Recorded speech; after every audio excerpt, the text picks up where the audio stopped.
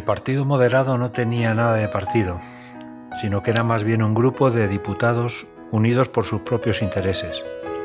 Su organización era centralista y autoritaria. Desde Madrid se acordaban las estrategias a seguir y se imponían las decisiones al resto de dirigentes de provincias. En una palabra, si se quería promocionar, había que encontrar un protector que ayudara a dar el salto a Madrid. No tenía una ideología clara y rigurosa. Sus principios básicos eran los siguientes: soberanía compartida entre las Cortes y el Rey, sufragio muy restringido a nivel económico y cultural, prioridad al mantenimiento del orden público, Cortes bicamerales, con un Congreso electivo y un Senado por designación, el catolicismo, religión oficial del Estado, centralización en la administración desde el Gobierno de Madrid, política económica proteccionista y sistema fiscal basado en los impuestos indirectos. El partido estaba cohesionado por líderes y la posesión del poder.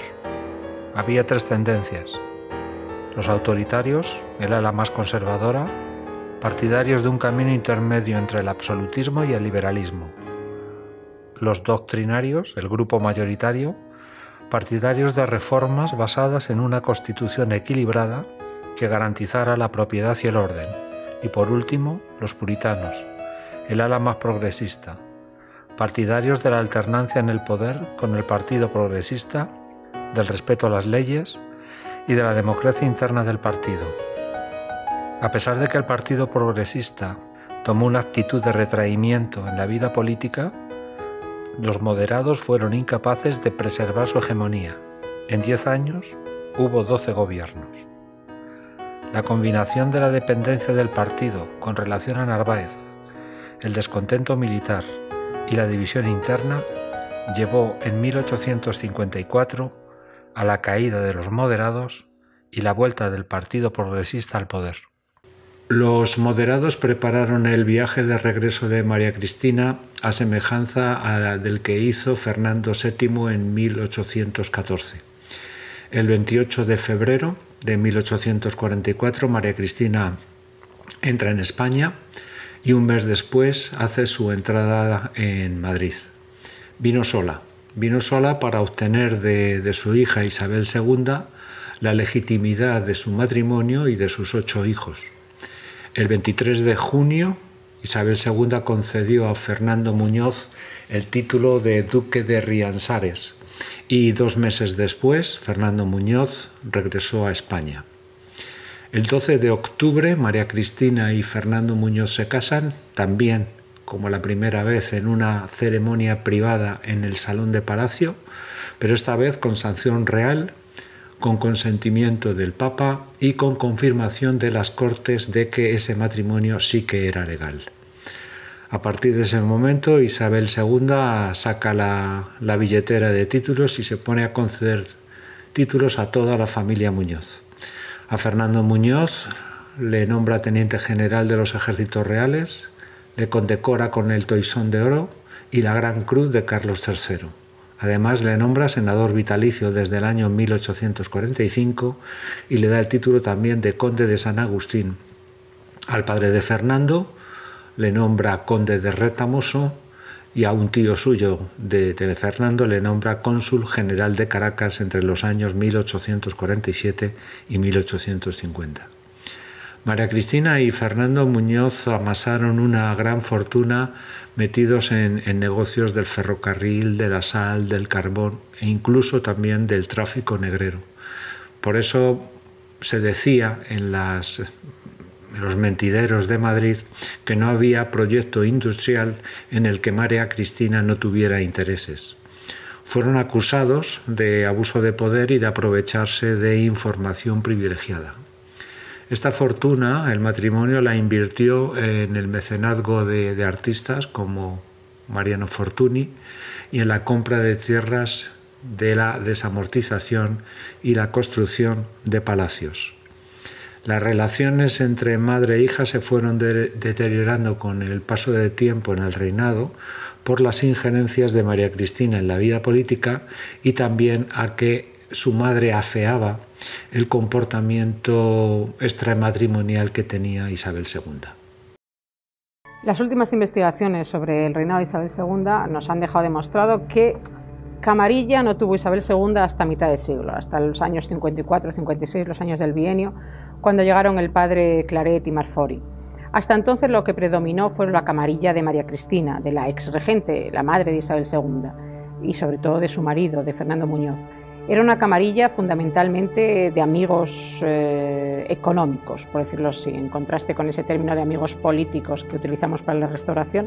En este caso serían amigos económicos, pero fundamentalmente moderados. Todos los amigos de María Cristina, los amigos entre comillas de esta camarilla de María Cristina, eran del partido moderado, y en concreto y más concretamente de este grupo que digo de Donoso Cortés, que lidera en la corte Fernando Muñoz, el marido de María Cristina, y que realmente pusieron la economía o los intereses económicos particulares por encima o por encima de cualquier otro interés político. Es decir, pusieron la presión política para favorecer los intereses económicos de este grupo o camarilla que dominaba en el palacio. Y es que Fernando Muñoz y María Cristina y Fernando Muñoz sí que vivieron una vida mucho más burguesa, mucho más adecuada a los tiempos del liberalismo y el capitalismo, que era lo que se estaba produciendo en esa época, y tuvieron una vida económica muy activa. De hecho, estuvieron muy relacionados con la economía cubana, incluso con negocios ilegales, como la trata de negros. María Cristina siguió traficando con negros después de la prohibición, ¿no? No hay ninguna prueba de que la reina Isabel estuviera metida en estas cuestiones, pero sí la camarilla de María Cristina y Fernando Muñoz. El 2 de mayo de 1844, Isabel nombró a Ramón Narváez presidente del gobierno. En estos momentos, el militar era su primera experiencia política. Las primeras medidas que tomó el jefe de gobierno denotan la política autoritaria que se va a seguir en España en estos primeros años. Suspendió el derecho de reunión, limitó la libertad de prensa, decretó pena de muerte a los militares que participaran en pronunciamientos y condenó a cárcel y destierro a los civiles que incitaran a la violencia. El 4 de julio disolvió las Cortes y convocó elecciones para el mes de septiembre. Los moderados se presentaron unidos con el nombre de partido parlamentario. Será la primera y única vez que usaron este nombre. Los progresistas optaron por la abstención debido al control ejercido por el gobierno. De hecho, en las elecciones de septiembre la oposición solo obtendría un diputado.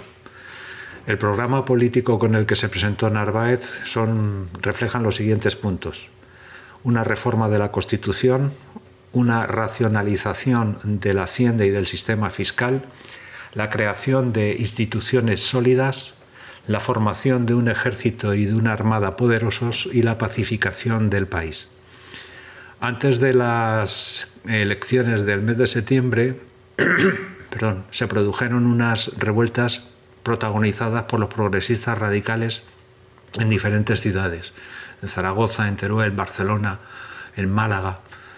La trama civil estaba dirigida por dueños de periódicos que buscaron el apoyo de los suboficiales del ejército, que estaban mal pagados, tenían dificultades para los ascensos y además vivían muy alejados del centro del poder de Madrid. Estas revueltas no tuvieron éxito y además justificaron las medidas autoritarias que había tomado Narváez. El 4 de octubre se abrieron las Cortes con una propuesta, redactar una nueva Constitución. Esta propuesta trajo una ruptura entre las tendencias de los moderados, ya que los puritanos, el ala más a la izquierda del Partido Conservador, se opuso a tal medida, considerando que la Constitución de 1837 era una constitución de consenso que permitía gobernar a ambos partidos, y también decían que no convenía a España tener una constitución a la medida del partido moderado. Nació en Loja, Granada, en 1799, de familia noble. A los 15 años ingresó en el regimiento de guardias walonas y fue oficial de la Guardia Real en 1821.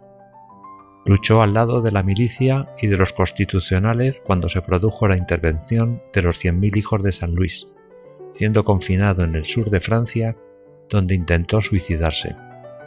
Volvió a España al año siguiente y permaneció en Loja hasta el final de la década ominosa.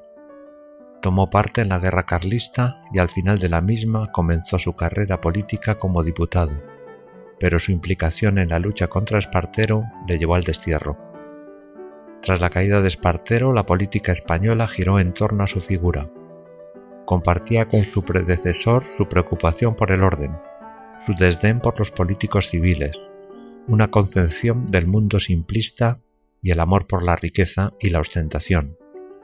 Narváez, que nunca había servido en América, detestaba la promoción de los militares que sí lo habían hecho, y le dolía la manera en que Espartero se había atribuido la mayor parte del éxito por la derrota del carlismo. Molesto y rencoroso, se había unido a la causa del moderantismo, sin pensárselo dos veces, y ahora se encontraba a la cabeza de la contrarrevolución. Enérgico hasta la dureza, tenía mucho carácter y era muy lúcido. Era generoso y comprensivo con sus adversarios, con un gran talento organizador y un alto sentido de la dignidad del Estado. Poseía una personalidad compleja, hoy se diría neurótica. Dudaba de todo y de todos, incluso hasta de sí mismo. Eran frecuentes sus bruscos cambios de ánimo, que le llevaban a grados de desesperación. No comprendía el ascenso vertiginoso de ciertos políticos, entre ellos algunos de sus amigos del Partido Moderado, y aborrecía a los incapaces probados.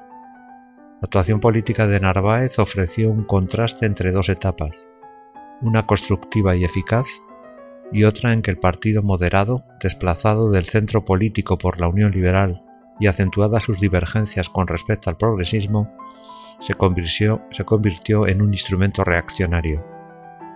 En la década moderada de 1844 a 1854 formó 3 gobiernos, destacando la promulgación de la Constitución de 1845, la ley electoral, la reforma tributaria, la ley de educación, la supresión temporal de la venta de los bienes eclesiásticos desamortizados, sofocó el movimiento revolucionario de 1848 y firmó con la Santa Sede un nuevo concordato en 1851. Desde su salida del gobierno permaneció alejado del poder durante 5 años. Aunque encabezó la reacción parlamentaria contra Bravo Murillo, no se sumó al pronunciamiento de la Vicalvarada de O'Donnell. En 1856 volvió al poder durante un año, como alternativa de la Unión Liberal, encarnando una política más conservadora, al contrario que el partido de O'Donnell, de ideología más aperturista con los nuevos tiempos. Repitió en el cargo en 1864 y 1866. Su gran preocupación fue que no triunfara ningún movimiento revolucionario. El 23 de abril de 1868 moría a los 69 años. Su muerte provocaría una gran división dentro del Partido Moderado y 5 meses más tarde se depuso a Isabel II. El mantenimiento del orden público fue la clave del gobierno de Narváez, pero en la historia de España había habido anteriormente también la lucha contra el mantenimiento del orden público. Vamos a hacer un pequeño resumen de todas las instituciones que se crearon desde el reinado de José Bonaparte hasta el reinado de Isabel II. José Bonaparte creó 3 cuerpos a imitación de Francia y de Italia: la Policía de Madrid, la Guardia Cívica y la Gendarmería Española. Tras la salida de España de José Bonaparte, estos cuerpos desaparecieron. Luego, en la Guerra de la Independencia, no hubo ninguna institución, sino todo lo contrario. Se protegió al bandolero e incluso se le subvencionó siempre que luchara contra las tropas francesas. A la llegada de Fernando VII, en su primera etapa, en el sexenio absolutista, el bandolero se convirtió de ser protegido y subvencionado a ser un problema de orden público, porque sus robos perjudicaban a los negocios. De ahí que se tomaron medidas para perseguirlos por el ejército y en caso de detención eran juzgados por consejos de guerra, y además se premiaba a aquellos que facilitaran la captura del bandolero. Se crearon diferentes instituciones como los celadores reales, la Superintendencia General de Policía y los voluntarios realistas. Ninguno de estos tres órganos funcionaron debido a su papel político. Durante el trienio se creó la Legión de Salvaguardas Nacionales, imitando el modelo francés, pero no llegó ni a constituirse. Con el regreso de Fernando VII en la década ominosa, el papel del mantenimiento del orden público se le dio a las milicias municipales, pero fueron inoperantes e incontrolables por el gobierno. Y llegó la guerra carlista y volvió nuevamente, como ocurrió en la guerra de independencia, a aumentar el bandolerismo por la cuestión del conflicto bélico y de la crisis económica. Así que nos plantamos en el 28 de marzo de 1844, cuando se funda la Guardia Civil. Se pondrá en marcha 10 días después de la caída del gobierno de Luis González Bravo. El duque de Ahumada será su creador y su organizador. Resumiendo las características generales de este nuevo cuerpo, era un cuerpo muy bien pagado, con el objetivo de evitar las corruptelas. Era un cuerpo con mucha disciplina interna. Los ascensos se daban a través del Ministerio de Guerra, como si fuera el ejército, y estaban bajo las órdenes del Ministerio de Gobernación, como si fuera una institución civil, con lo que vemos aquí una mezcla de este nuevo cuerpo, que no era ni un cuerpo militar ni era un cuerpo civil, dijéramos que era una especie de mezcla de ambos cuerpos. La Guardia Civil sustituirá a la Milicia Nacional, de la que se diferencia en varias cosas. Era una institución profesional, ejercía en todo el territorio y además estaba mucho mejor coordinada y sus componentes eran más heterogéneos. ¿En qué se diferenciaba la Guardia Civil del Ejército? Pues que la Guardia Civil no tenía funciones de vigilancia ni de control de la población, sino que simplemente su objetivo era la lucha contra el crimen, es decir, acabar con el bandolerismo.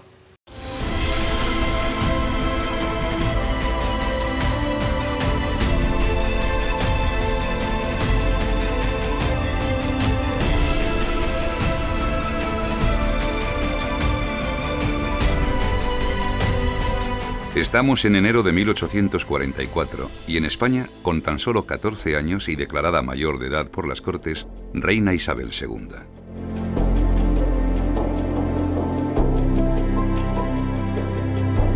El gobierno intenta sentar las bases de un Estado moderno. España carece de un cuerpo de seguridad pública estatal y profesional. Tiene problemas de seguridad de gran envergadura. El bandolerismo asola campos, montes y caminos de un país rural, una delincuencia alimentada por años de guerras contra los ejércitos de Napoleón en la Guerra de la Independencia y por la Guerra Civil de Sucesión, la Guerra Carlista.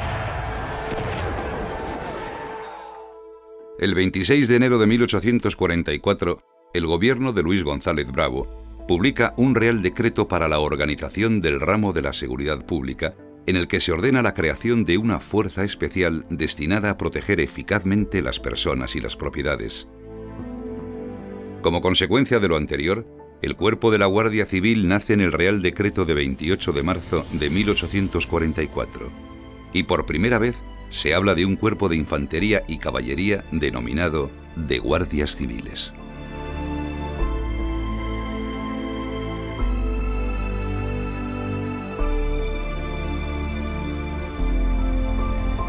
El 15 de abril, el ministro de la Guerra nombra como director de organización de la Guardia Civil al mariscal de campo y duque de Ahumada, Francisco Javier Girón y Ezpeleta. El duque, que cuenta con amplios conocimientos y gran experiencia militar, eleva un informe solicitando cambios en el diseño del nuevo cuerpo. El presidente del gobierno y ministro de la Guerra, el general Ramón María Narváez, acepta sus ideas y mejoras, dando origen al Real Decreto de 13 de mayo de 1844, modificando el anterior.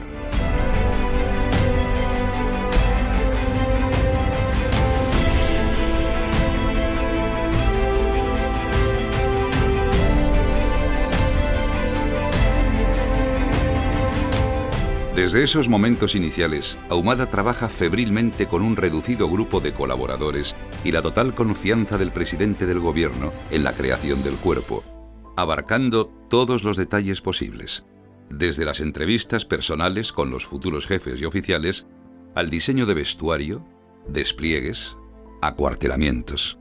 Su esfuerzo se ve recompensado. El 1 de septiembre de 1844, Narváez lo nombra inspector general del Cuerpo de Guardias Civiles en atención al celo e inteligencia con que desempeña su organización.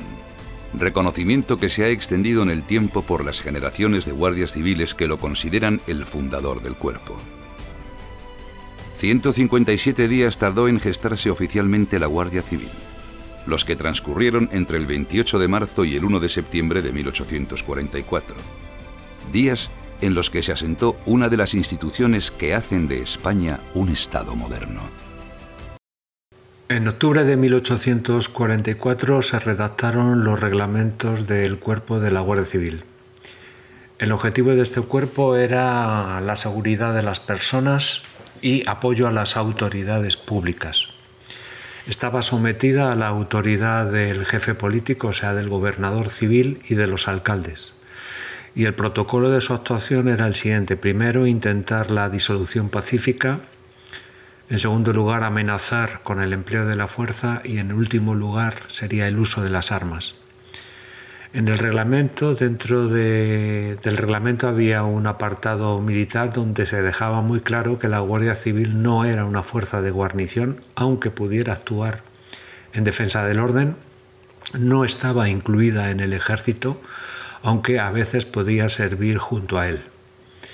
8 años después se determinó todavía mejor la actuación del servicio de la Guardia Civil. Podía actuar individualmente o por iniciativa propia, aunque lo habitual era ir en parejas o en tríos, y en casos excepcionales se actuaría en grupos como lo hace el ejército. En 1852 se creó lo que se llama la cartilla del Guardia Civil. Cada guardia estaba obligado a rellenarla semanalmente. El contenido de esta cartilla tenía los servicios prestados, la autoridad que dirigía la operación y se precisaban los hechos de una forma concisa y concreta. El cuerpo de la Guardia Civil estaba organizado en tercios. Había 12 tercios colocados en las regiones más históricas españolas. Los tercios a su vez se dividían en compañías que estaban situadas una por cada partido judicial. Las compañías se dividían en líneas. Una línea era la ruta que unía los puestos con la ciudad donde estaba la compañía residiendo. Y cada línea comprendía entre 3 y 8 puestos. Los guardias civiles vivían normalmente a las afueras de la ciudad. Ahora, cuando vamos por los pueblos, los veis, tanto a la entrada como a la salida están las llamadas casas cuartel. Generalmente vivían alrededor de 6 familias de guardias civiles. Otro edificio que también lo vemos, ya estamos acostumbrados a verlo, son los garitones o las casetas de refugio. Estas aparecieron a partir de 1850. Los garitones están colocados en lugares estratégicos de los caminos. Normalmente se colocaban alejados de 1 kilómetro de cualquier vivienda. Y la puerta de los garitones siempre estaba cerrada para que el viajero no supiera si el guardia estaba dentro o no estaba dentro. Cuando se fundó la Guardia Civil se reclutaron alrededor de 5.800 hombres. 17 años después, en 1861, había 11.500 hombres. ¿Cómo se reclutaban a los guardias civiles? Los requisitos que se pusieron en un principio eran licenciados del ejército con honor, en edades comprendidas entre los 24 y los 45 años, una estatura mínima de 1,44 m, saber leer y escribir y tener buena salud y ser fuertes. Parece ser que no se pudo reclutar el número adecuado porque los requisitos eran demasiados, entonces se flexibilizaron estos y entonces ya no se pidió licenciados en el ejército, sino soldados en activo, se rebajó la edad y podían entrar menores de 24 años y también se eliminó el requisito de saber leer y escribir. Por lo tanto, podían entrar analfabetos que aprenderían a leer y a escribir en la Academia de la Guardia Civil. Una vez que han sido reclutados, pasaban un periodo de instrucción entre los meses de junio a septiembre en los destacamentos de Leganés y de Vicálvaro. El servicio de la Guardia Civil duraba 8 años, con derecho a reenganche, y no podían prestar servicio ni en su pueblo ni en su región para evitar cualquier tipo de presión social a ellos mismos, a sus familiares, en casos de levantamiento. Ganaban mucho los guardias civiles, ganaban más que la gente del campo, pero bastante menos que la gente de la ciudad. Por eso la mayoría de los guardias civiles eran de procedencia rural.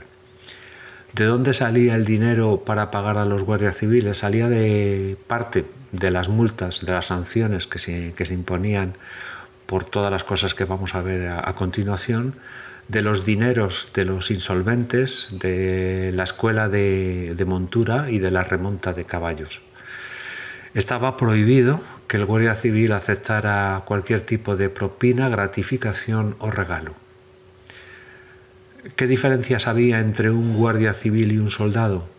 El guardia civil tenía un mejor conocimiento de los caminos, su disciplina era mucho más dura, el guardia civil podía ser recompensado o con premios por un servicio especial, eran más pulcros en su aseo personal y en su uniforme, tenían protección social a la hora de la jubilación y tenían un servicio de protección a viudas y huérfanos que no tenía el ejército. Por tanto, resumiendo, el guardia civil estaba mucho mejor defendido, protegido que el soldado del ejército. Los servicios que hacía la Guardia Civil los vamos a dividir en dos, en servicios generales y en servicios ordinarios.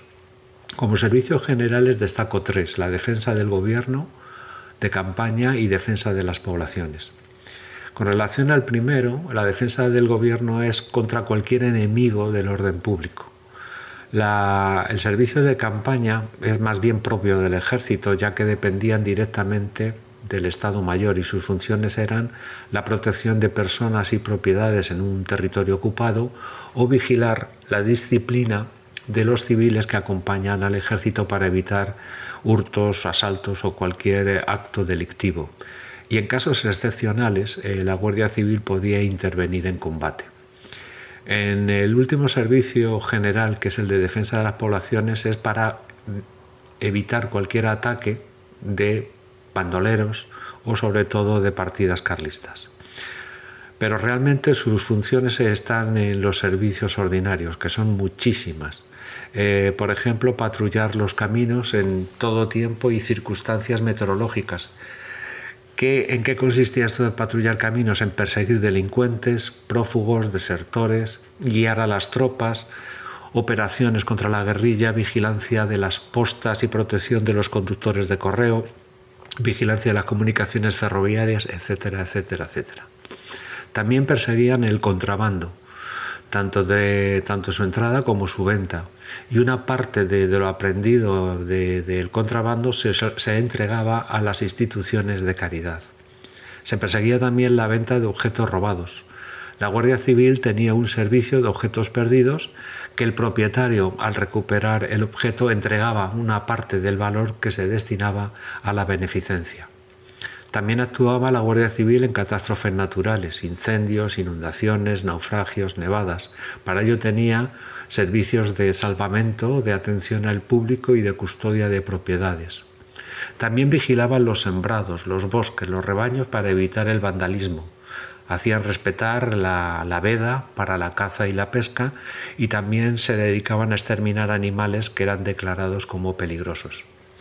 También llevaban un registro de los permisos de armas, requisaban las armas y detenían a los poseedores de armas ilegalmente. Perseguían el juego, que estaba prohibido, y la falsificación de moneda. Escoltaban a las autoridades o a particulares siempre que lo pidieran con la debida anticipación. controlaban el orden público en las ferias, mercados, tabernas, fiestas.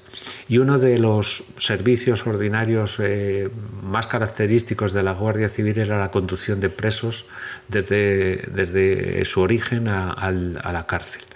Anteriormente a la Guardia Civil este servicio lo prestaban las autoridades locales, pero era con muy poquita eficacia.